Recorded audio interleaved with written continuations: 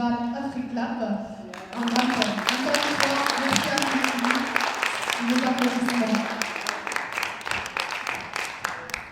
Festival AfriClap, deuxième édition, deuxième bougie à ce jeune festival. Le cinéma d'Afrique qui évolue et vraiment de quelle belle manière. Vous avez par exemple comme innovation cette année une remise de prix. Les prix c'est très très rare. Dans beaucoup de festivals, il y en a ils font 11-12 ans sans prix et là enfin certains réalisateurs vont être récompensés, acteurs aussi. Et j'ai le plaisir et l'honneur même de vous présenter donc l'invité d'honneur de ce festival, Olivier Delahaye, réalisateur, producteur, scénariste. Mon Dieu, acteur aussi ou pas? Peut-être, Non. peut-être un jour. Qui sait? Bon, jamais. Bon, on va rester sur déjà ce grand panel. Et là, il nous présente le film qui est projeté en ouverture de ce festival, tout simplement Soleil. Bonsoir Olivier. Bonsoir. Et bienvenue à Toulouse et à AfriClap 2000. Je suis ravi d'être ici et tellement bien reçu que je ne peux qu'être content.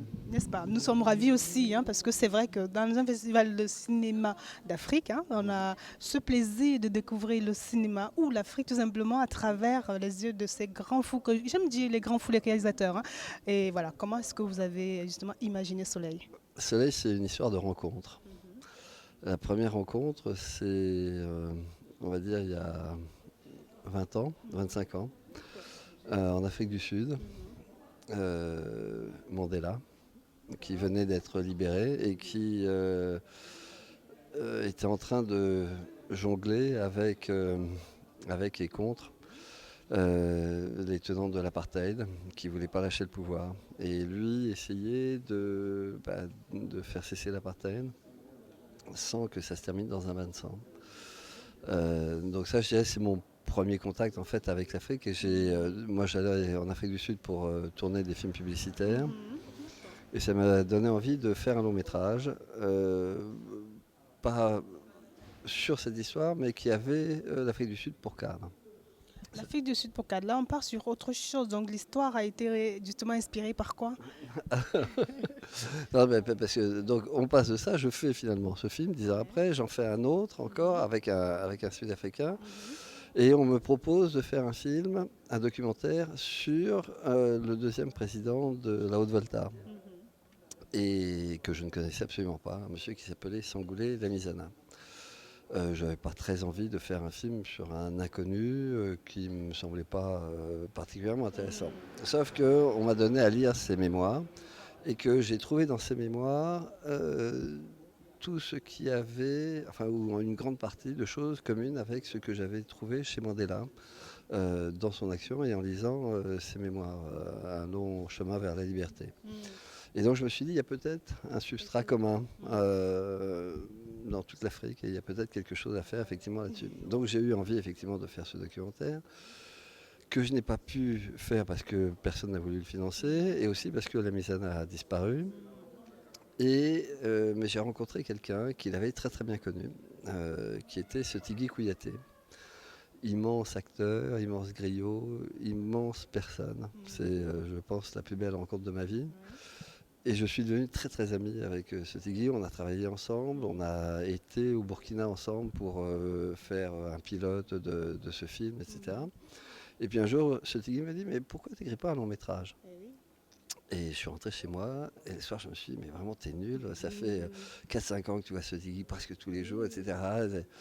Et le lendemain matin, je me suis mis à ma table de travail, et je me suis laissé guider par ce Tigui. Et donc j'ai écrit un scénario, mais vraiment qui est venu comme ça, je n'avais pas la moindre idée de ce que j'allais faire.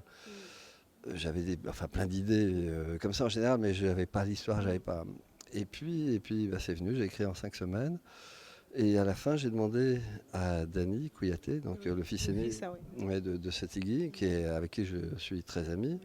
Je lui ai dit, est-ce que ça te dirait qu'on co-réalise ce film ? Elle m'a dit, écoute, je ne sais pas, donne-moi à lire. Et puis il a lu, et puis c'est parti comme ça. Et ça s'est très très bien passé. C'était, autant Satigui était magnifique. Enfin, vraiment, c'est quelqu'un qui déclenchait un amour, et pas qu'un amour, enfin, qui était passionnant, etc. Et Dany est de la même amour.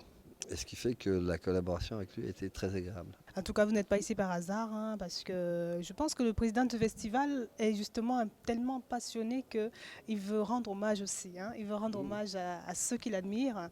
Et c'est un peu ça qui, j'imagine, donne droit à ce titre d'invité d'honneur. Hein. Comment est-ce que vous l'avez d'ailleurs appréhendé quand il vous a appelé? Bah, je ne le prends pas pour moi. Oui, non, je suis très flatté, je suis très content, mais d'abord on est deux à avoir réalisé ce film, donc c'est moi qui suis là physiquement, mais on est là tous les deux, et cette invitation est valable pour tous les deux. Et puis je pense que c'est le film qu'on a fait qui est important, et donc c'est surtout ça qu'il faut défendre. Mais l'historique de cette histoire démarre en 2010, lorsque je décide tout bonnement comme ça, avec simplement mon petit courage, de tenter vraiment cette aventure. Et elle a réellement pris corps en 2014, donc l'année dernière, première édition. Cette année, nous sommes à la deuxième. Et je ne peux qu'être très content que vous soyez là. Ça montre que c'est un produit qui va encore rester longtemps. Et j'ai envie de dire simplement, pour ne pas être long, que ce projet, ça me tient à cœur. Et je suis content que vous le souteniez. Vous célébrez les cinémas d'Afrique. Et c'est bien pour ça que vous êtes là. Je vous remercie.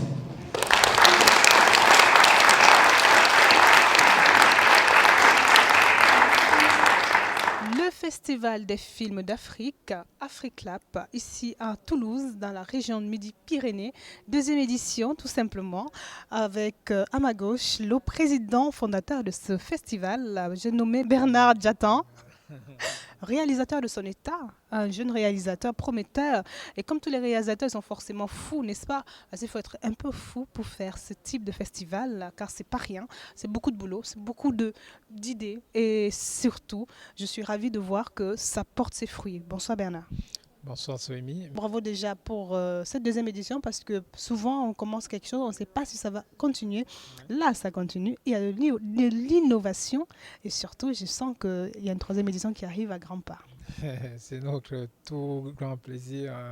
Notre bonheur, ce serait justement de faire perdurer, c'est de pérenniser cette action qui nous tient à cœur, parce que c'est ce qui nous unit tous ici et c'est ce qui fait ou qui fera encore pour longtemps la fierté de la communauté africaine et tous ceux qui, dans leurs relations, sont dans une dynamique nord-sud. Voilà.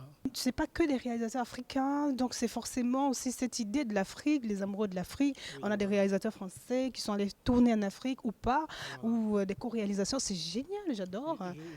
Justement, l'idée de la coproduction, c'est quelque chose, c'est-à-dire que puisqu'on part toujours dans une relation, on se dit que pour un monde meilleur, il faut qu'on se serre les coudes, comme on dit souvent. Donc vivre dans la cohésion, c'est aussi penser le monde par qu'est-ce que toi et moi, on peut mettre ensemble pour faire en sorte que les gens se comprennent mieux, pour faire en sorte que les gens apprennent à vivre différemment.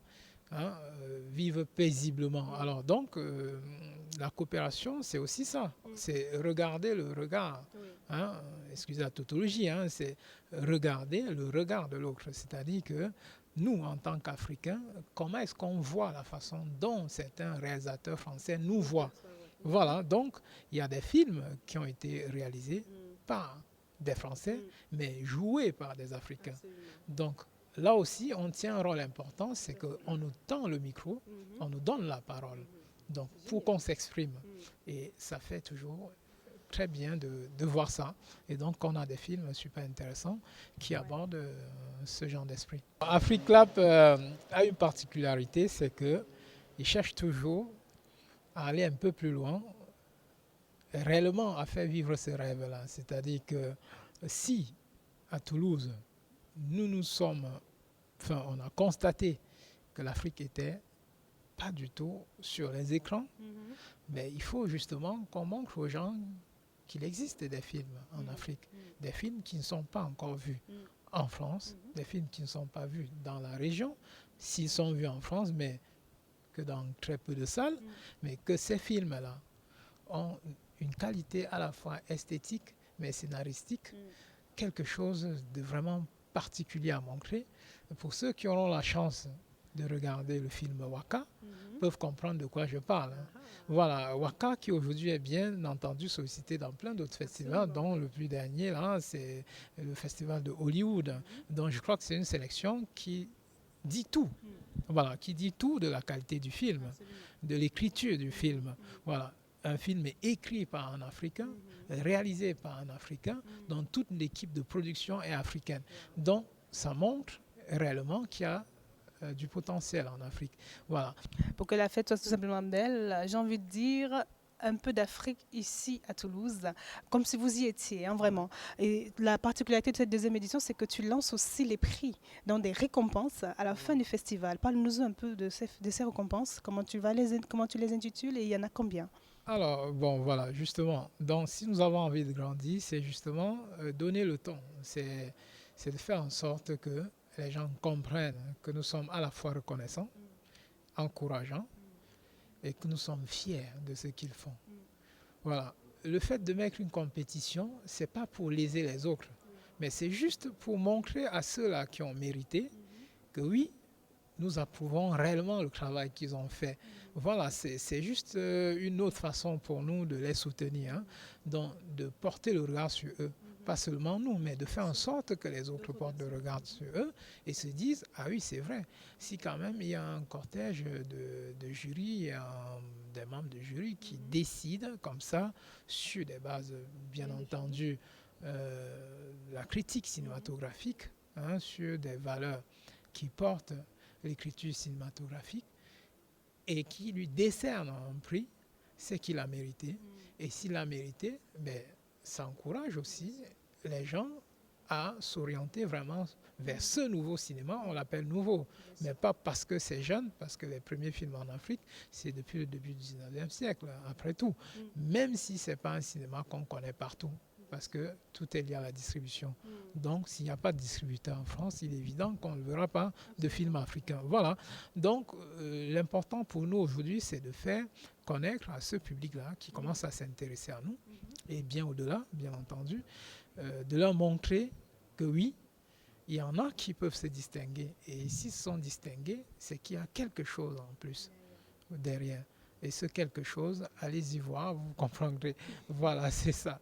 Combien de prix ils sont mis à l'honneur? Il y a plusieurs prix. En compétition, nous avons le prix Kilimanjaro, qui est, pour ceux qui comprennent un peu l'idée, de parler d'un prix Kilimanjaro, c'est le plus haut sommet d'Afrique. Voilà, donc le prix Kilimanjaro, c'est le prix du meilleur long métrage en fait. Voilà, quand on parle du prix Kilimanjaro, on a le prix du meilleur court métrage qui est le prix Setemba. Setemba en langue zoulou, ça veut simplement dire espoir. Hein. Super.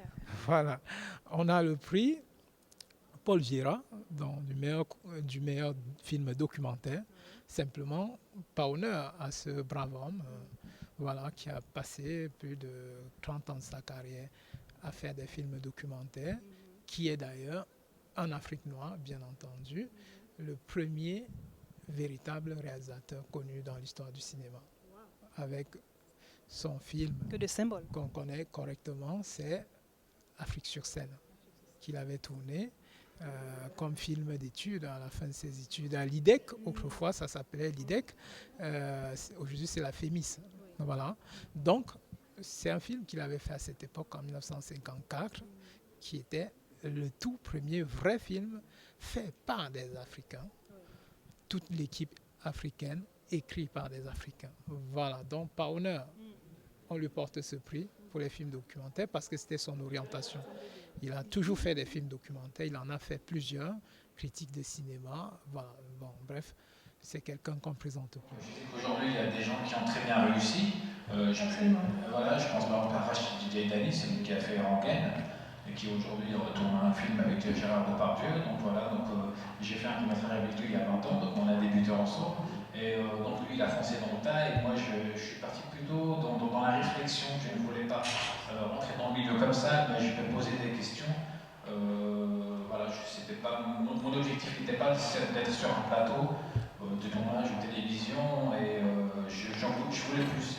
Quelque part, il y avait un côté un peu rebelle, C'est-à-dire, voilà, je suis un humain, j'ai une dignité, j'ai une palette de jeux, voilà, donc, voilà. Et donc, ceux qui ont persévéré, aujourd'hui, bon, voilà, je suis très content pour eux.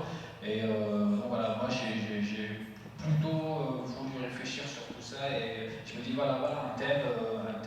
Réussir socialement, ça ne veut pas dire réussir à avoir de l'argent, de la notoriété, c'est une chose.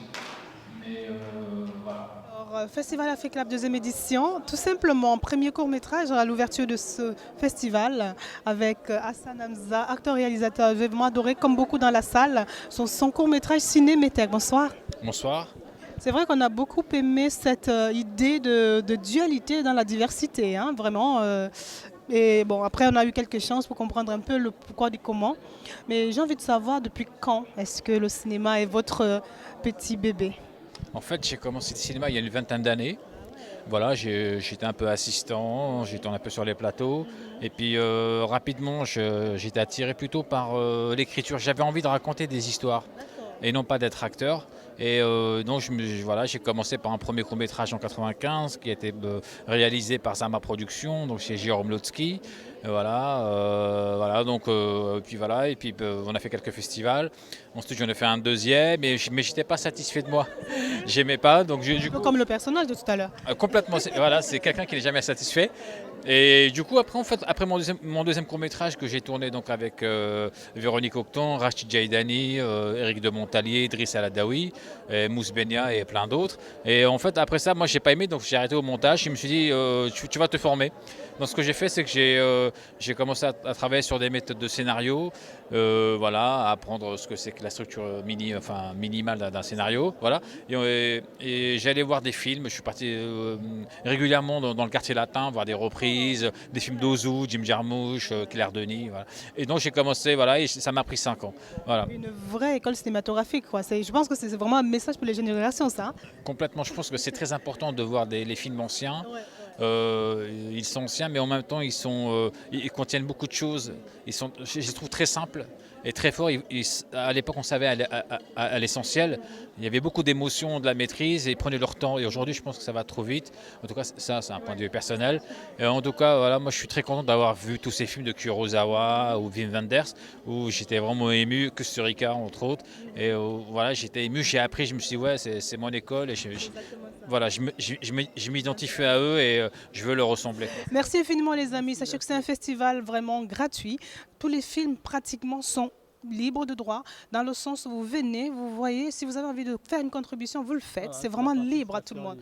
Participation libre, il n'y a aucune pression et puis il y a de très très beaux films. Festival Afrique, un festival à suivre. Un gros Nogiki à vous tous. Merci de nous suivre.